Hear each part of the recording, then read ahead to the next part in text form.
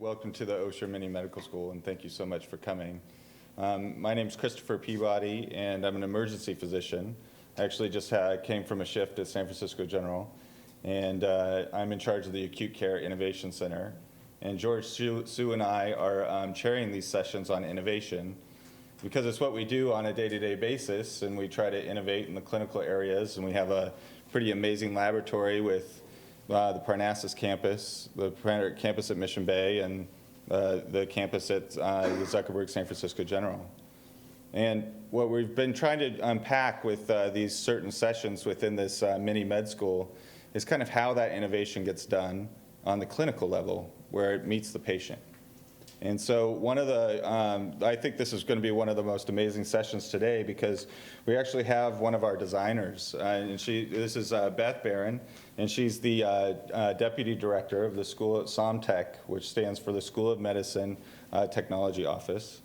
And she is a designer by training. And she comes in and she actually works with people like me, with their clinicians, hoping to solve a problem, and actually gets us to focus. And then uses the human-centered design thinking process to actually have a product that actually works. And so I'm really excited for you to kind of peel back that onion today and kind of show us how that works, and hopefully we can disseminate that to the public via these videos. Let me do a little bit brief more about your bio. So Beth leverages the SomTech's full design and development team and UCSF's enterprise technology groups. Beth helps internal innovators identify executable product roadmaps, and that's what we're hopefully doing together with a certain project with tablets that I would love to tell you more about after the session. Beth has a background in human-centered design with 16 years of experience working across various technologies. And she was part of the pioneering cohort of the CCA's Design Strategy MBA program and has a master's in library science, which she says was just for fun. Beth is a really interesting person, and I'm really honored to have you here as part of this mini med school, and I really look forward to your talk today. So thank you.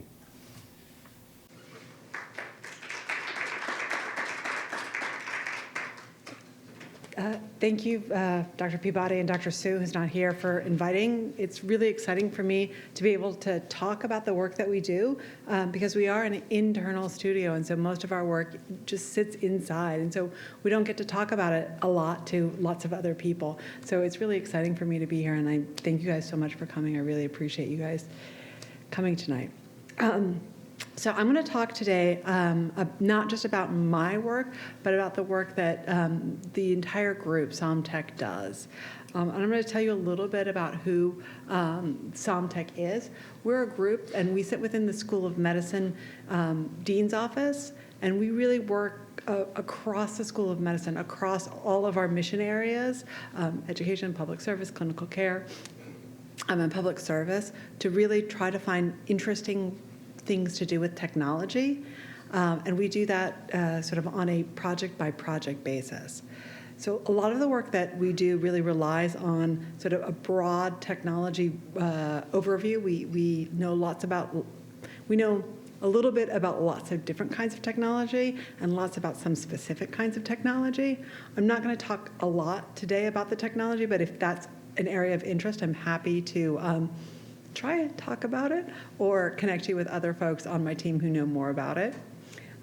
We also work within the ecosystem of UCSF, and I think that's something that I'm going to spend a little bit of time unpacking today about what it means to work within UCSF and the ecosystem. We're a really large diffuse campus and a really large diffuse enterprise. And so you have to learn how to navigate and what we call Sherpa, like literally taking some of the people who want to do work on your back and getting them to where they need to go.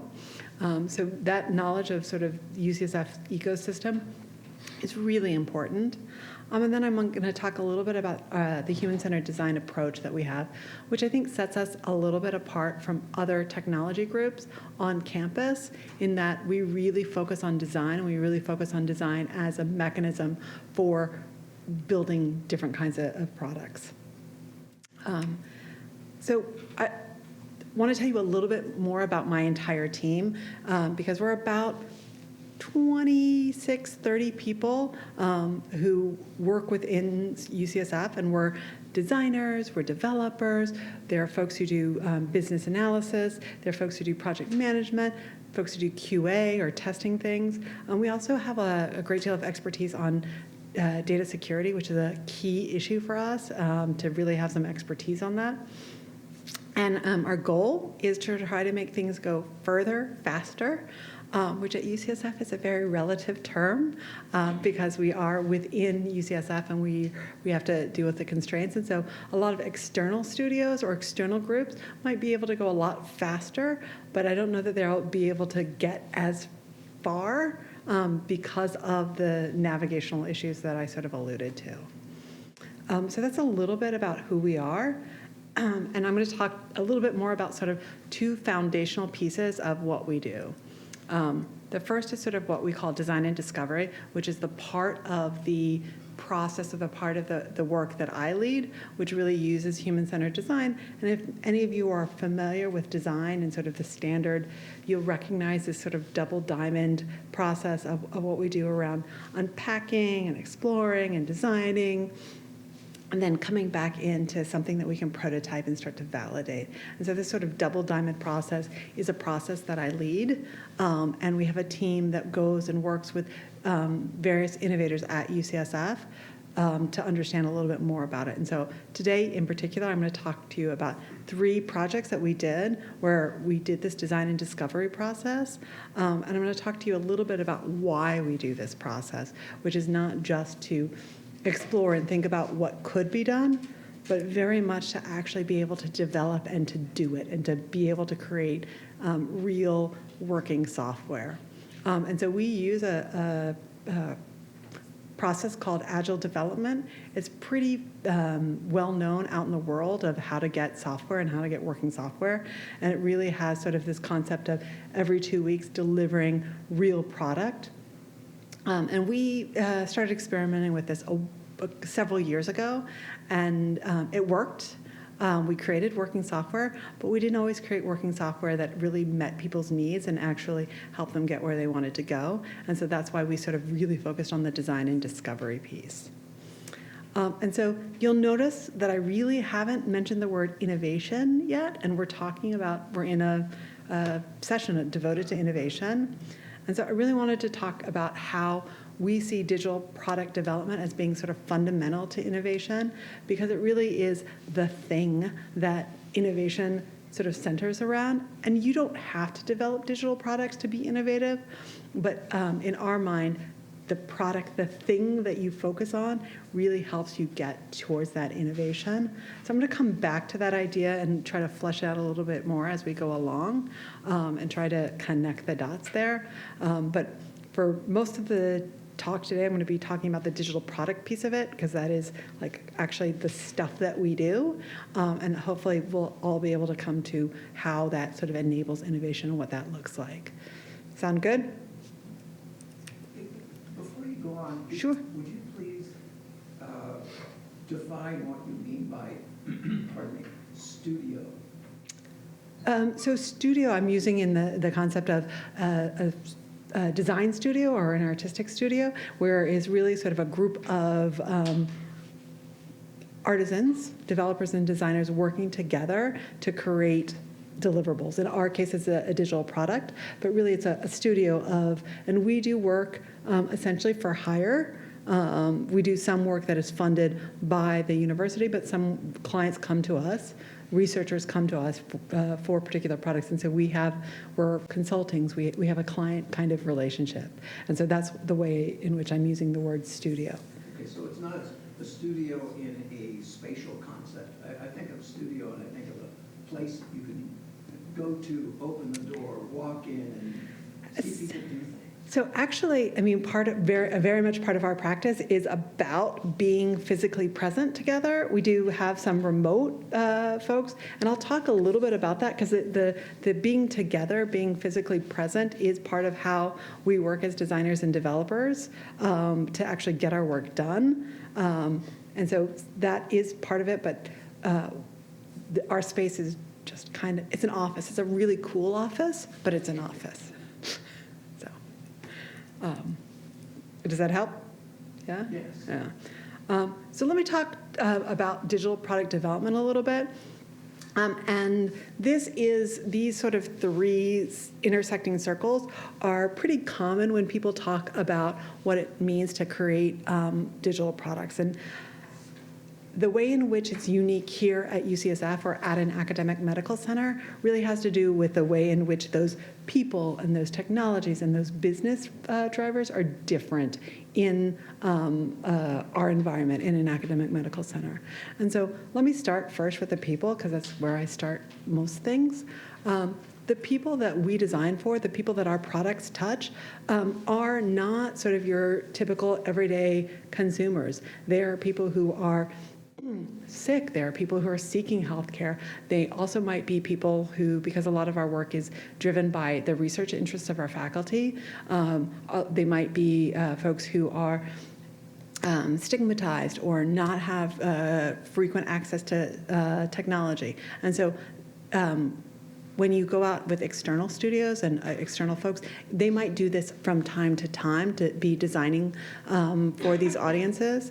But this is something that almost every product we do touches this kind of group that we're working with. And so the people that we're designing for are not your sort of standard everyday consumers. They're not people who use they might use Facebook, but that is not sort of our target demographic, our target audience. And so I think that makes the people part of what we do a little bit interesting.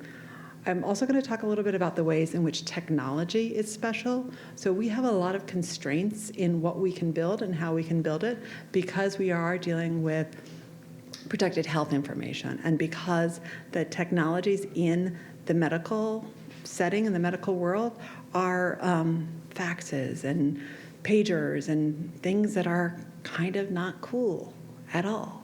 And so we have to design around those technologies as are part of our day-to-day sort of workflow and part of the day-to-day workflow of all of the people that we design with. And so understanding those technologies, understanding the limitations, but also understanding what could be done, how you might be able to use cloud technology like Amazon Web Services, or how you might be able to use sort of new emerging standards to do healthcare interoperability. Those are the things where we're really pushing to try to figure out how to meet in the middle and how to get that done. And so the technologies that we're working with are, I think, also very specific and unique. And then finally, when we talk about business and what the business drivers are, so when you're developing a product for a consumer audience, or you're designing even a hardware appliance or something like that, there's a lot of really just price drivers. You want to make a profit, and those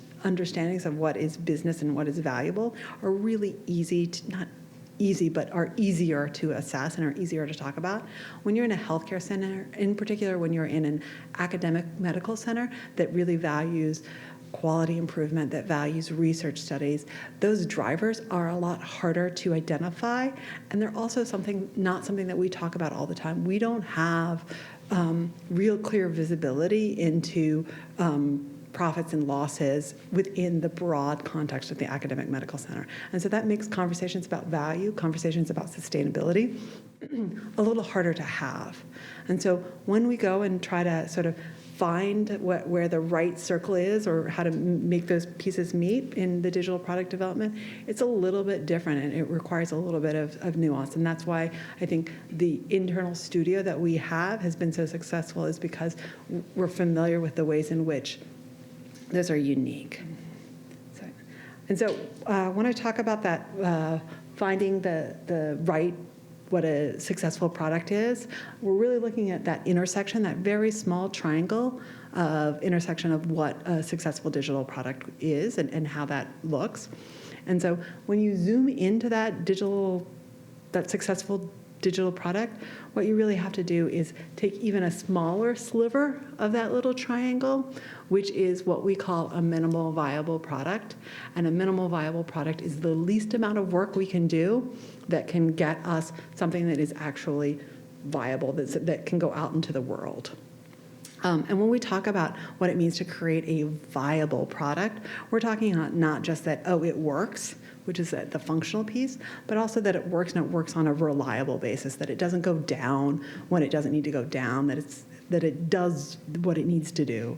We're also talking about it being usable, and we're talking about it being usable in a particular context. We're talking about it being usable for people who may not have internet access all the time. We're talking about specific kinds of understanding what what it means to be usable.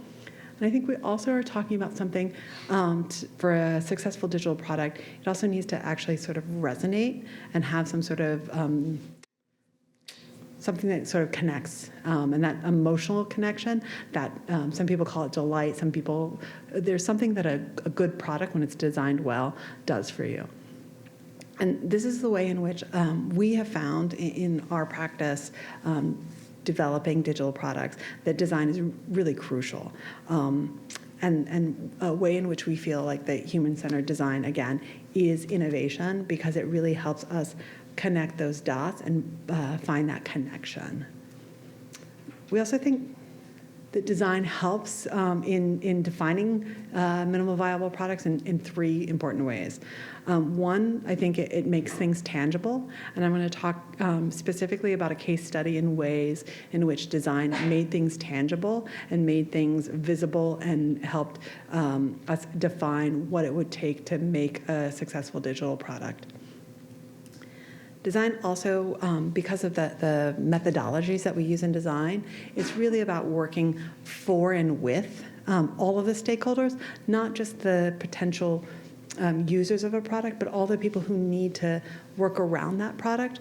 We work in a healthcare as a service industry, so nobody interacts with healthcare individually. It's not a one-to-one connection. It's always a one-to-many or a many-to-many. And so understanding all of the stakeholders and where to draw those lines is something that is really important in defining and developing successful digital products.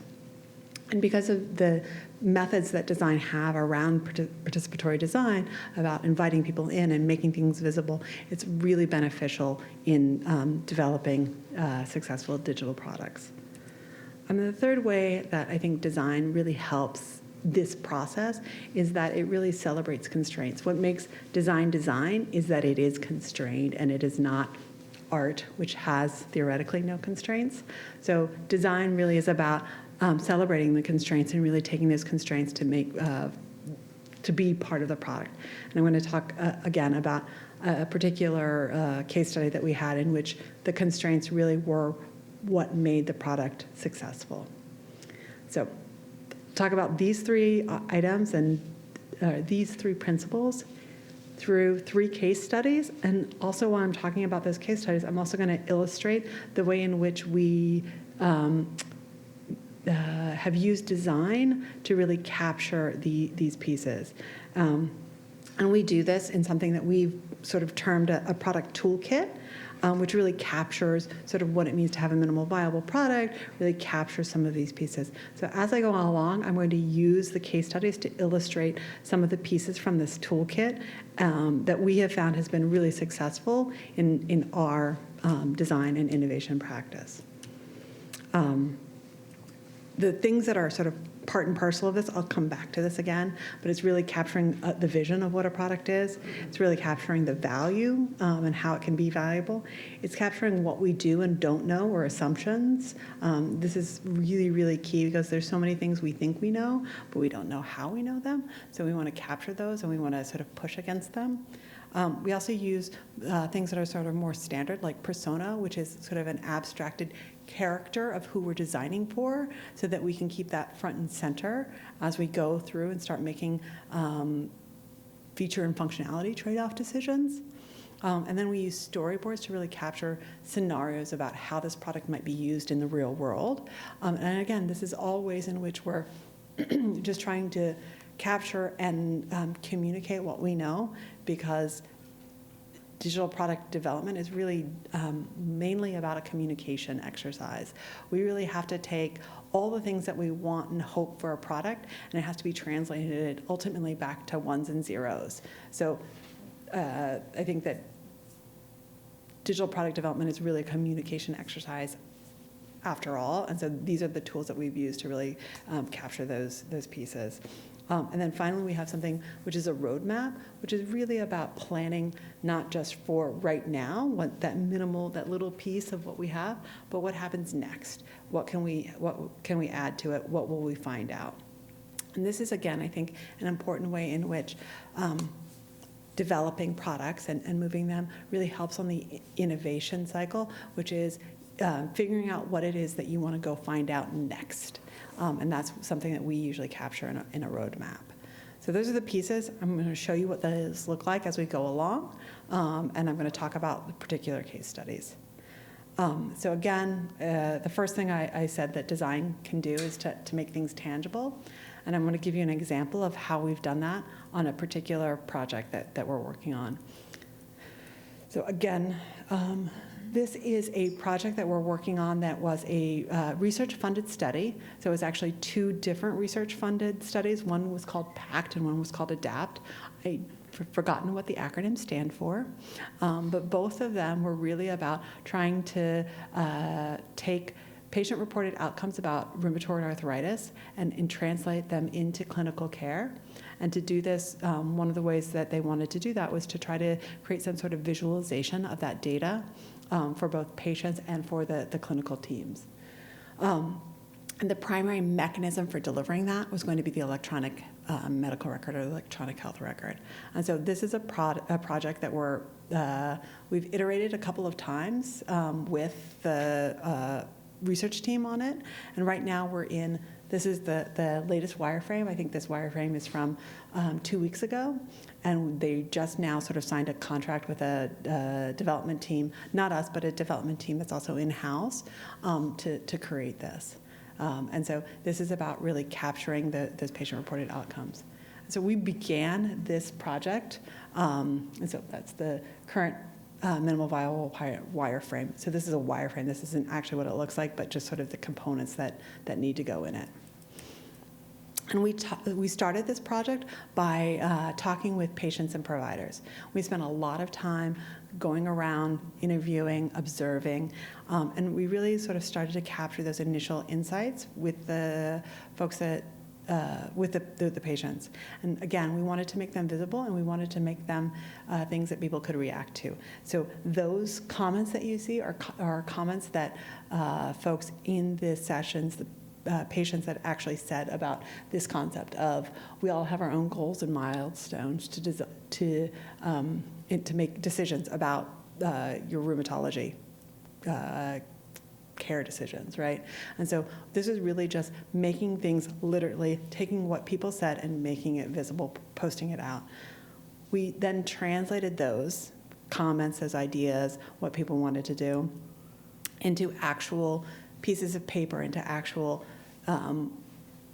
designs of, oh, here's the labs you said you wanted to see, here's how you said you wanted to see them. Show me the 5 pieces of labs that are most important. And we actually gave them to the rheumatoid arthritis patients and told us what's most important for you. What does that look like? What would you like to be able to talk about with your doctor? And so we had them actually create these prototypes themselves. And we got a lot of really important data about what was important to them. And so one of the things that we found out in doing this exercise was that every single patient said they wanted to see their lab results, and the clinician said that was the least important piece of information to them. And so it was really kind of like, oh, well, why is that? Where's that discrepancy? Why is that discrepancy? And there are lots of reasons why that was, but if you come, rheumatoid arthritis patients come and see their clinician every 3 months on average, and every time they come, they get lab results. So of course, you would think that it's an important piece of information. For the clinicians, it's only important when it's different. It's only important when it's off, right? So they don't need to see it every single time. So this is just like one of the things that we were able to make visible by actually like making it visible, by drawing the picture, by putting it in the hands of the patients. We also did this same exercise with providers, and we had, a different kind of opinion about what they thought was important. And what was really interesting about this particular do-it-yourself prototyping conversation was that what it enabled was the providers to have a discussion not about what the results were that they wanted to have, but what was the nature of the conversation they wanted to have that they weren't able to have right now. And so we began to understand that what the system that we were building, the product that we were building, was not really the end in itself, but really a tool for a different kind of conversation and a different kind of discussion. And so that really sort of led us to trying to capture this in a vision statement. And this is just sort of a generic way in which we capture vision statements, which is really like the name of the product, and always the name of the product is the most fun part of the discussion, exists for and talks about all the people that are going to be impacted by it, and then talks about what its positive impact will be. And so for the PACT dashboard, we said it exists for rheumatology patients and a clinical care team in order to enrich conversations around treatment decisions. And so that was something that was a vision that could be shared by both the patients and by the clinicians and the larger clinical care team. And one of the things you'll see there is that I talked about a clinical care team. And was because we started to begin to understand that it's not just the clinicians, it's not just the patients who are having this conversation. We also understood when we started to think about all the people who might benefit and make value statements for each one of those, which is another thing that we do as part of our sort of discovery process, understand all of the stakeholders and what potential value they might get. We began to understand that, you know what, medical assistants and other people on the clinical team, but mainly the MAs who are taking the blood pressure or doing the conversation with the patients, spend a lot of time translating and a lot of time sort of reassuring patients, and so that this clinical dashboard might also serve their needs pretty importantly. And so it was only by really starting to articulating and starting to see those things that we began to be able to articulate this vision. I'm going to take you a little bit further forward with what that looked like sort of in terms of a storyboard. And this is essentially just a comic, but it begins to start to talk about, you'll see what things start to look like, how it start to use. We're starting to capture the context of use. And again, all of this is really to try to make it visual, make it really easy for people to understand what the product needs to do and how it might be used. And so this is a fundamental technique that we use to make things really tangible and visible, so that it's not just captured in the vision that sits within a particular researcher's head or a vision that sits within a particular patient's head, but is it something that can be shared and is communal. The next thing that I really want to talk about is some of the methods that we use that really encourage us to work for and with all the stakeholders. So again, like as I said, we started to articulate, there's more stakeholders than we initially had anticipated. A lot of the methods that we use in human-centered design are participatory by nature. They really encourage all of us to weigh in, to have an opinion. Everyone has an opinion about color. Everyone has an opinion about pictures. And this is a really easy thing for people to give their opinions on and a really easy way to engage.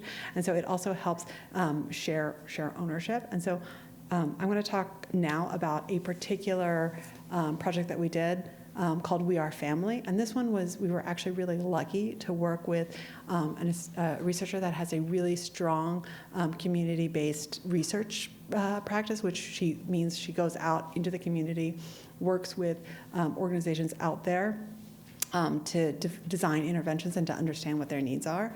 And so this particular researcher works with the houseball community in the greater San Francisco Bay community. And so these are largely African-American communities who have created sort of these families that participate in house balls, where they dance and then compete against each other. And she wanted to use this existing social structure to increase knowledge about HIV prevention, to reduce stigma, and really to engage the community in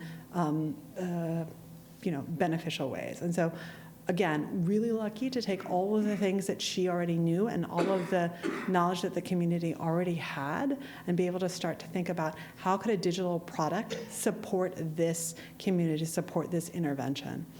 And so, again, we were really lucky that they already knew a whole bunch of stuff. We walked into our first design session in a community center with a whole bunch of knowledge already sort of in their heads, right? And so we just really needed to get it out.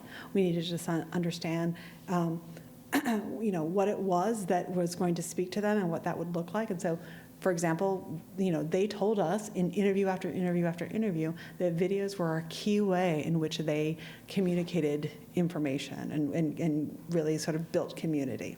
And so we were like, okay, videos need to be part of what we're going to build. What we don't know is, like, what does that video style look like? How does that look? What is it going to be resonate, right? We also know that there's a great deal of misinformation out there about pre-exposure prophylactic. So what can we do to really engage with that? What are ways in which we can move the needle on that? They also told us that they were already using tons of different kinds of social media, but that there were lots of disadvantages of that, and they felt they didn't feel protected. They didn't feel it didn't feel safe for them. So I was like, okay, what does it look like to feel safe? How can we make that happen? So this sort of assumption mapping, this sort of figuring out what we already know and what we need to go explore and how we go explore is sort of a fundamental practice of what participatory design and design thinking can do. And so we use this to really push our product ideas forward. And so we worked with them and we said, okay, you guys think that games and quizzes could be used to move the needle on this knowledge? What does that look like? Design some games for us, give some quizzes. And so we literally gave sheets of paper to everyone out there. They created these sketches and they said, it could look like this, it could do this, it could be what meme you are. And so these are all sort of their designs, not our designs, and all we had to do was sort of make them look pretty. But it really was sort of their ideas, and it was about getting stuff that was in their head out. And again, one of the things that sketches do are allow people who have difficulty articulating what they might think or what they might like, and it's a really easy way to engage folks with. So this is, again, sort of a fundamental practice of design that we used to really good effect on this particular project. I mentioned earlier the part about videos. And I said, okay, everyone can have an opinion about what something looks like and how it works. And so here we just culled through the tons and tons and tons of videos that are out there and just said, what does this look like? How should this look? What should it do? And one of the things that we saw that was one of the comments that we got here that was really, really insightful and really, really helped us sort of think through what we needed to do was this idea of, that boy doesn't look like me, I want someone who looks a little bit more like me. And this sort of really subtle nuance of what looked like them and what didn't look like them, and how rarely they were able to see something that looked like them out on the web was a really interesting sort of insight for us to really think about. And it really gave us an opportunity to also think about how we were going to seed those, how we were going to involve them in creating those videos and allow them to participate in that community in a way that was safe. And so again, this was just allowed us to start to, using those methods allowed us to design for and with them. And in order to capture that, we created personas. This one is blank, but this is sort of a sketch of an idea of who a person could be. And I'm going to use one from a different project. The personas that we created for this project were actually those people, so I didn't want to include them. But this is sort of an example of what a persona looks like.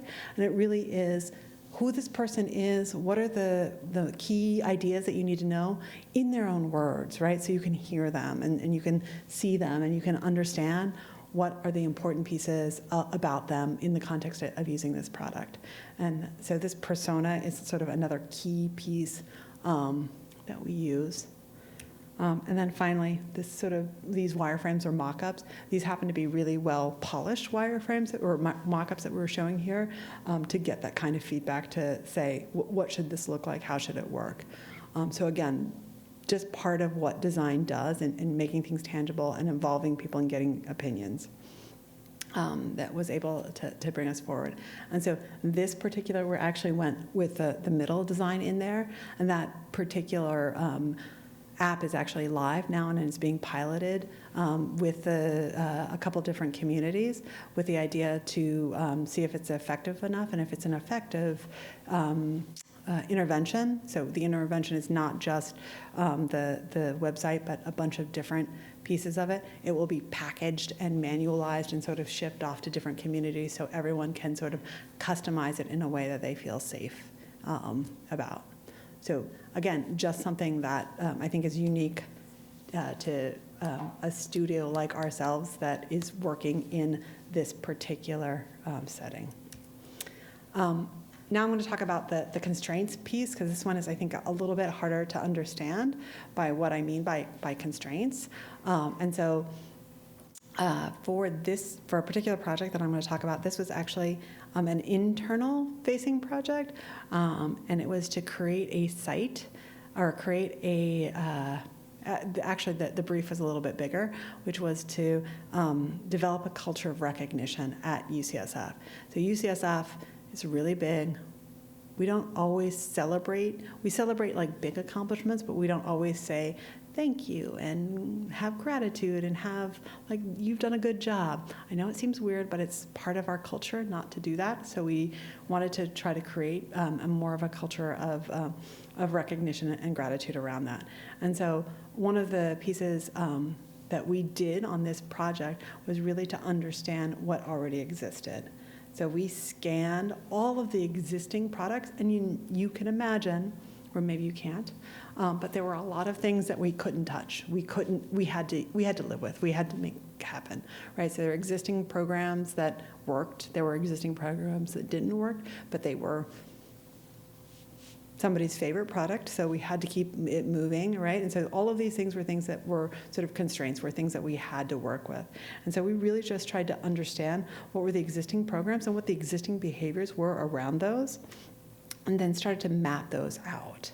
And it really became like, oh, that's actually a strength. Understanding that there's lots of different programs and lots of different technologies out there really drove us to creating sort of this vision of just connecting and aggregating these existing programs and really understanding, okay, there's some physical stuff, there's some digital stuff, there's some public stuff. Let's figure out how we can all sort of bring it together and brand it together on a digital platform that is also supported by a campaign that really gets that word out. And so that was really about the build that we did there wasn't, it was a little bit complex just because the existing technologies were complex, but it really was about just taking what was already out there and packaging it better and putting it all together. And so that was one way in which sort of working within the existing constraints made it a better product. And one of the things we did in thinking through how to make that was really start to articulate feature by feature what value we thought it would provide, what estimate or how much time and effort we needed to create it, if there were dependencies on it, and what good looked like, what acceptance criteria were, right? And so this is another like tool that we use, which is really defining a minimal viable product in this very detailed way, with success metrics, which really says, okay, what does success look like? How are we going to measure that? How often? What's the baseline? And what is success? What is good, right? And so this sort of disciplined way of thinking about features and functionalities and success it helped us put together sort of a very detailed product roadmap. So this product roadmap is blank and it's kind of abstract, but it really talks about we're going to deliver on this date, this particular kind of feature with this goal. This is what we're going to accomplish on it with these particular individual features that are supporting it to meet these metrics. And so the product roadmap that we developed for the actual recognition tool is a lot more complex. You probably can't read it, but because we had a whole bunch of stuff going on, but it really stemmed from understanding what we needed to deliver, when we need to deliver, and what success looked like. And so this is where we started like taking the big constraints and started putting them into very time-boxed, very deliverable pieces. And so, again, this is something that design starts to be able to start to translate these very big ideas into something very specific and finite and doable.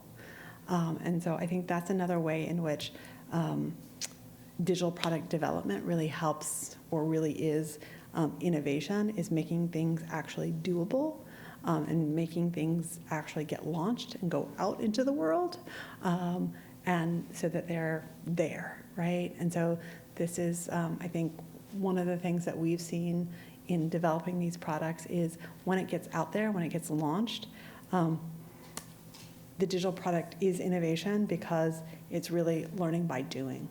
So if it's not there, if it's not out there, if it doesn't exist, then it's just an idea. And so you have to make it tangible, you have to make it a thing, and that's what we do at the studio that I work in. And again, just to reiterate sort of the main ideas, when we take all of this work that we do in the design and discovery process, it just doesn't stay there. We actually take all of these, we put them on boards into our actual rooms, and when we actually go through the agile development process where we're talking about what we'll do, how we'll do it in those 2-week cycles of delivering actual working code, we have these front and center so people can reference them, so they can see them, so they can talk about them. Because what we want to do is not have that vision and those ideas sit just in the project manager or the product owner, the client's head, or even in the designer's head. We really want to have that information be owned by everyone and be understood by everyone. And so we really try to make this collaborative shared ownership of all of this information. And so a lot of times we will fill out the product toolkit together. So there is a collaborative understanding of this. And then finally, the main thing that most technology projects end up doing is saying no. Because you can't do everything you want to do. And so one of the things that our product toolkit does is really helps us embrace constraints and really be able to, having the conversations of the trade-offs, we really have very clear conversations about what we're trading off. So again, these are sort of the ways in which we deliver innovation by working with our clients and capturing them through design. I went through a lot. I would think that privacy, like you said, is very important. So I guess this data lives in the cloud, or does it live on the people's phones, or is there a server that UCSF has that keeps it? Anyway, where's the data live? Yes, to all of those things. So the data lives in a bunch of different places, and it needs to be secured in all of those places. So when we design for what stuff that is going to be stored on the phone. We try to make sure that whatever stored on the phone is stored securely. When it gets transmitted up to the cloud, we want to make sure that that transmission is secure. We want to make sure that the cloud is secure, and then sometimes some of the products that we have actually sit on servers at UCSF, but they still has to go someplace and travel. And again, there has to be like policies and procedures for what it means to have that database be secure. So part of the conversation is figuring out what needs to be stored where, how, and what it means to be secured. So the answer is yes. Yeah. I guess I'm having a hard time connecting what you delivered today with what actually happens on the ground. I'm sorry, I forgot your name. Chris Peabody. Chris is an ER doc, and he operates in emergency conditions. A lot of things are happening. That was described to us last week as well. How does what you do help Chris in his job? Or maybe you can tell us how Ms. Berrean's efforts have helped you. Chris and I actually haven't worked together yet, but we're starting a collaboration about a vision that he has, an idea that they have to try to connect, to use some of the downtime that they have in the waiting rooms in ERs to try to do some education and some connection and navigation so that you understand what happens once you would leave the ER and what could happen once you leave the ER. So to use some of that sort of the time that you have, right? And so the idea there is it might be a tablet or it might be some sort of handheld device that would be patient-facing that would have that kind of content. Do you I want think to? that's a great way of doing it. The process of human-centered design, which Dr. Salmon talked about last week, is That I got. yeah, and understand. it's kind of the same. It's kind of the same concept here, is that but with the output being a digital product, and so for Define digital product. So I'm something sorry, like- I don't mean to be. something like the watch right here. So if I'm suturing up a wound for you, all right, and I'm describing the how to clean it and the instructions on how to care for it when you go home. Sometimes I just give you morphine, okay? And sometimes the person that's going to clean the wound is your caregiver or loved one that is not even there, okay? And you go home and then people are asking, well, what did they tell you? And what if I was able to just show you a video about that while you were waiting for me to get in the room, all right? And then I was able to actually send that to you via text message so that you could show your partner exactly what needs to be done. That would be the digital product. And for us to be able to actually have that product, I need someone like Beth to go through the process to be able to make sure that it works. Does that make sense? So that's the vision of kind of how we're going to use, hopefully collaborate with Beth, is using the emergency department kind of waiting time to have a tablet that not only just focuses in on the wound care aspect, but you can imagine a whole host of different things that connect you, the patient, to not just the acute, high intensity, high resource environment of the emergency department, but what happens when you go home, or how to follow up with your primary care doctor or other appointments. So that resource intense area needs a causeway to the rest of the medical system, right? And we're hoping that a digital product can help facilitate that. Well, that's concrete. And so maybe let me also talk about the rheumatology dashboard that we're doing, because that actually has, is a digital product that actually has a bunch of different interfaces. So it is actually data that we have in the EHR, for the electronic health record, right? And so we need to make sure that that data can get into your medical record, right? So we have to develop some sort of interface to do that. We need to develop some sort of visualization of what that looks like for the clinician to look at, right? So we also have this digital sort of dashboard that we're developing that you saw a wireframe of. And then we actually want it to be able to be printed out if people want a paper copy, right? And so all of these are they're features of a digital product, but they have sort of different interfaces. But there exists some sort of database, right, with ways that you can print it out, ways that you can get the data in and out, and those are all sort of pieces of a digital product. Does that help? Yeah? Yes, Did you say all your projects are for UCSF? You also said something about sometimes you're a consultant. Is that within UCSF? We're a consultant within UCSF. So I was, asked if we're a consultant, so if all of our clients were in UCSF.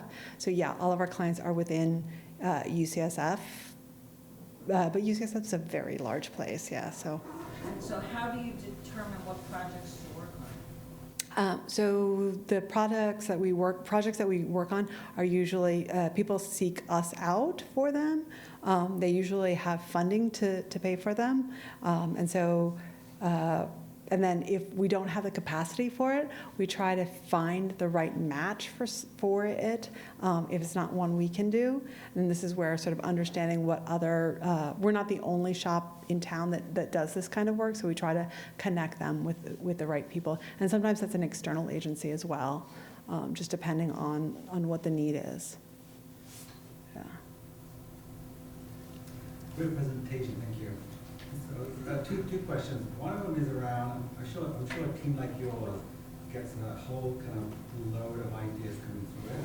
So building on the last question, how do you apply a selection criteria to kind of weight each one and then say, okay, we'll work on these, not just in terms of capacity, in terms of priority and sort of strategic fit to UCSF. And the second question is around governance. So looking at the fact that you've got a very self-managed team, data engineering, are you in some form of governance structure that's overseeing what you're executing on and the technology fit that you're about to release to your users? Just want to get a sense of how that works and how you kind of select like the best fit for a strategic perspective. So the two questions is, one, like, how do we get so many, we get a lot of different ideas, and so how do we decide which ones we're going to do? And then the second one was about what does governance look like, and how do we determine which ones are sort of the best fit? So those are excellent questions. We do actually, we talk with about 300 people a year who want to do something, and a lot of them are sort of self-selecting, right? Some of them they have an idea, they want to do something, and they don't have any money. So we're like, oh, well, go get funding. You probably need about $50,000 to do this, and then come back and talk to us. Some of them are things that we really actually shouldn't or couldn't build, right? So sometimes it is just something that isn't a good idea, and so we have to try to talk them out of building it, right? And so sometimes that means, oh, you should go work with a vendor, or we find different ways for them to get their needs met. And the trickiest ones are the ones where they really are about governance. So sometimes we get people coming to us because some of the other enterprise IT shops, some of the groups that run the electronic medical record system or the enterprise IT groups can't meet their needs, and so they want to come sort of out of line to us. And so that's where we really do need to be good sort of corporate citizens and say, no, you really need to go in and put your ticket in this way and try to get it done. And that's also why we call ourselves advocates, because one of the things we do see is, of the 300 people who come to us, there are probably 100 people who want to do something with the AWS cloud, right? And they keep getting told, no, no, no, no, no. And so we're like, okay, we know that there are 100 people who want to do something. Let's go figure out how to do it. And so we spun up a project to just figure out how to do it and to take on clients. And so this is where being sort of a client-facing and client service-oriented helps us fill in the niches, being respectful of knowing that there are other big strategic priorities that are out there. And then we also are, again, good corporate citizens in all of the projects that we build go through an IT security review. So the enterprise IT security folks are looking at it.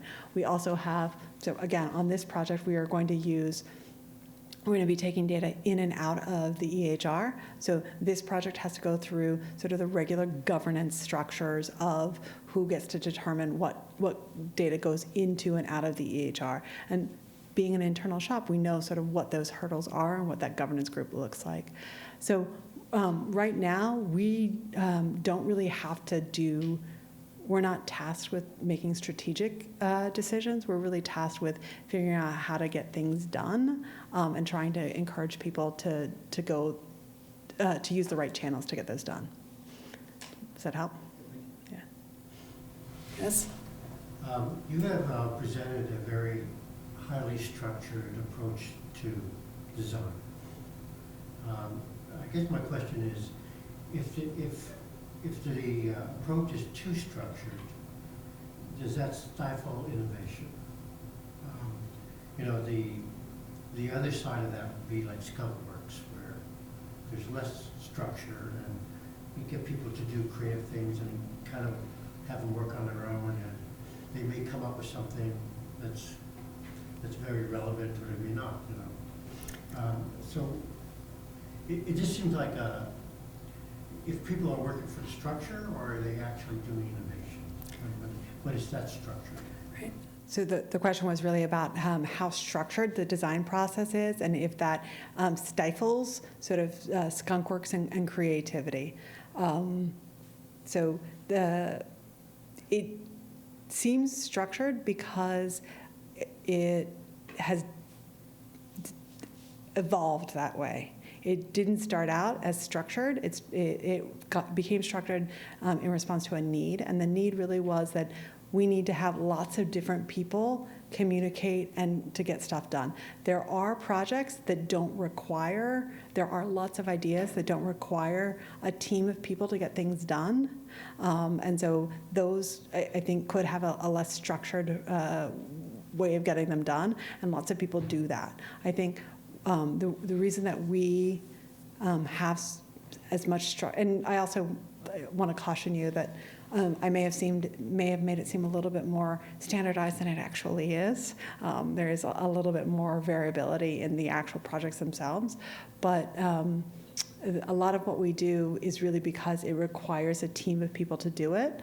If it didn't require a team of people to do it, I don't think that we would say, do this, do that. And certainly if you're a design shop of one, I wouldn't do this stuff in the way that I did it. But again, we're 26, 30 people, so we need that kind of structure. Not every project does. Last week, Dr. Salmon described a process or a philosophy, a design philosophy that, paraphrase, it says, get the damn thing done and get it out there on the ground and see if it works. And most of the time it doesn't, but you can learn from that, bring it back, and roll it out again. Does that approach to innovation fit with what your team does? Yeah, so I would say that is exactly our approach. And so part of what the getting the thing done means is that a lot of those assumptions that we're doing, a lot of the show it, see if it works, are really about trying to figure out, could this work? What does it look like? How to make this realer? How to get this doner? So that we can get that kind of feedback, so that we can shorten the cycle, right? We want to get things done faster. Right? And so everything we do, we want to get it done faster, understanding the constraints that we have, right? So all of this really is about shortening the learning cycle and getting things done in a quicker way. But we can only get things, we can only move as quickly sort of as our surroundings do, so it's not going to feel as fast as other things. But definitely using design and design methods makes it seem faster and realer than going into a room, writing requirements for 6 months, and then coming out with a product. We don't do that. Well, thank you guys. Yeah. Thank you.